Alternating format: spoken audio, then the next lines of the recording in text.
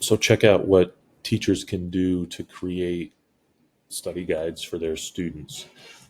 So I took one chapter of your textbook, and I have no idea what it says or what it's about. But if I upload it into Google's Notebook, so anybody with a free, with a Google account can do this. So I upload it there.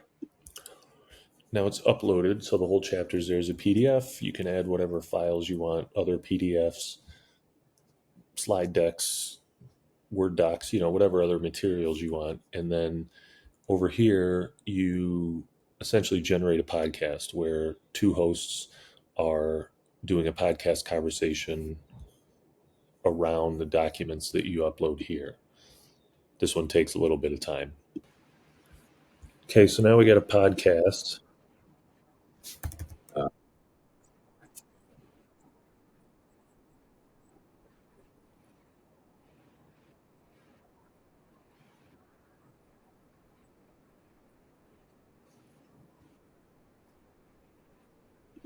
So it gives you like a 21-minute podcast just from that chapter. So we download the audio file, upload that audio file into Google Drive. Then we come down here and we get a Google Drive, and we get the audio file and we ask it, please transcribe this exactly, not missing anything.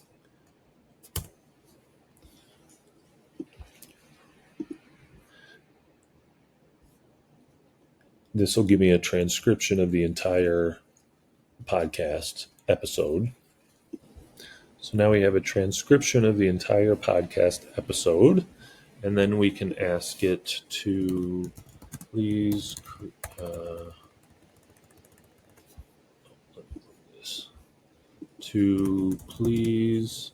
create a set of detailed study notes from this transcription suitable for United States high school students studying this topic. So we take the transcription of the podcast, which was created from the chapter, and we ask it to create these detailed study notes. And we get some detailed study notes. What are differential equations, modeling, real world phenomena, et cetera, et cetera, et cetera. How do we solve them? So you see there's a ton of stuff here. So then we're going to copy and paste these study notes into a Word doc. Now we're going to go to quizzes, and we're going to upload our Word doc. Go away. Where did I put this? Here, we're going to upload this Word doc that has the copy and pasted study notes. This is essentially going to generate a quiz, and we can, change around whatever the subject is. So mathematics, obviously, you can change around subjects, K through 12, university, whatever the thing is, you can change around question types, however you want to do it. And then we'll generate a quiz. You got a quiz with 37 questions in it here, right? So now we've got a podcast audio episode, your PDF chapter, we've got detailed study notes, and we've got a quiz. So now we come over here into Gamma, and we want to create a new Gamma from a file. So we want to upload our detailed study notes. I don't know if you can hear the wind in the background. What we want is a web page. And then it'll give me opportunity. I can review, it's basically saying, here's the web page that I will create. Here's the content I'll use. And, what language do you want it to be in? You can add images. I always suggest adding images. You'll see why. Different kind of licenses, right? So but I don't limit that. And then you can decide how many cards you want. So the cards are like, think of it like sections of the page. So it just defaults to 8. So we'll go with that for our purposes. You can choose all kinds of themes and stuff over here, but we'll just go with the generic one. And so within a matter of, I don't know, seconds, it starts to generate a landing page, a web page that includes all the information from the detailed study notes, but it's much more visually appealing than, here's a Word doc with a bunch of study notes. It's got icons it likes to use. It puts things in this kind of a format. It adds images. I had it grab web images here, but you can also have it do AI images. It also does things like, it gives you expandable things where it thinks that might be interesting, study tips, that kind of thing, right? So now you got this landing page. So if we go back to the quiz and we click, how do we do this? We click publish, and then we share it. No, how do we want to do this? We get this embed code here. Copy that. We come back to our page and we add a card, and we come over here to embed.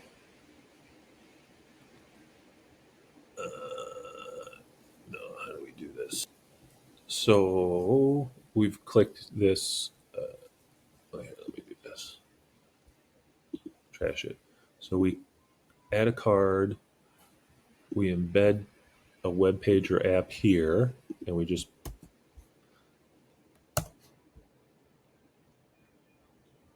click that.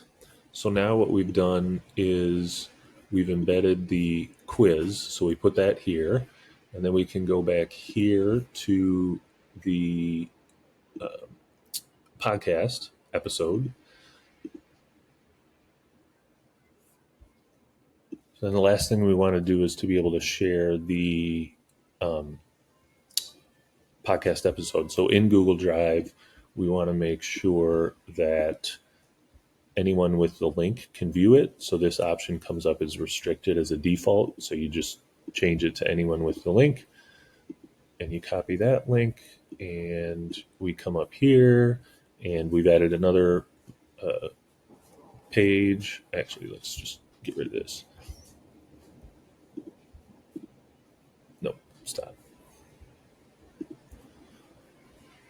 Get rid of this. So we add another card, and we go to embed, and we do Google Drive, and we paste the URL for the podcast in here. And so now what we've got, you from your book chapter within a matter of minutes, we have developed a landing page that has the detailed study notes. We have a quiz that students can take.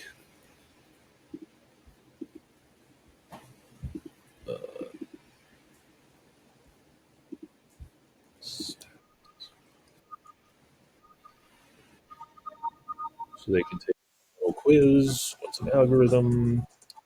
Programming language? Nope. It's this. Okay, great. It takes me through 37 questions, and it makes it kind of fun, right? So that's all doable there. And then we've got a podcast episode that students can listen to.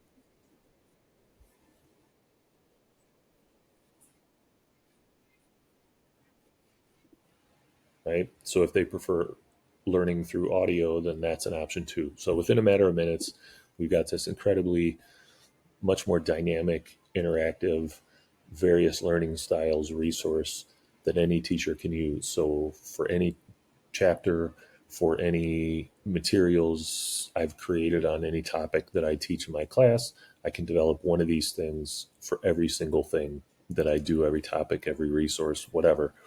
and then I just get a link. I just publish it. I have a link. I can put that into my learning management system or anything like that. Pretty slick stuff.